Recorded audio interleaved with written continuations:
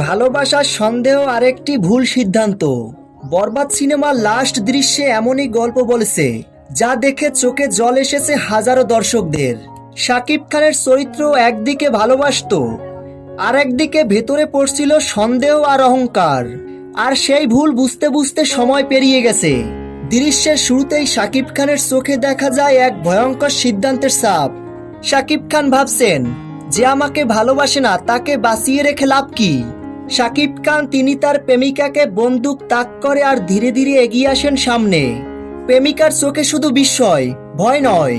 শাকিব খান তখন ঠান্ডা গলায় বলেন, তুমি যদি আমার না হও তবে অন্য কারো হতে দেব না। সরাসরি গুলি তাক করে দেন নায়িকার দিকে। প্রেমিকা ইদিকা পাল ধীরে ধীরে মাটিতে পড়ে যায়। তবে মরে যাওয়ার আগে ইদিকা পাল চেয়েছিল শাকিবের দিকে। মুহূর্তেই শাকিব খান বুঝতে পারল নায়িকা ইদিকা পাল তাকেই সত্যি সত্যি ভালোবাসতো। শাকিব খান তখন থমকে দাঁড়ায়, চোখে ধীরে ধীরে বিস্ময়, ভয় আর কষ্ট জমে উঠছে।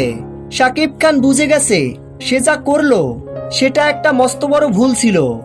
তবে ততক্ষণে সব শেষ। প্রিয় ভিউয়ার্স, আপনারা যারা বরবাদ সিনেমাটি এখনো দেখেননি, আপনাদের নিকটস্থ প্রেক্ষাগৃহে গিয়ে বরবাদ সিনেমাটি দেখুন।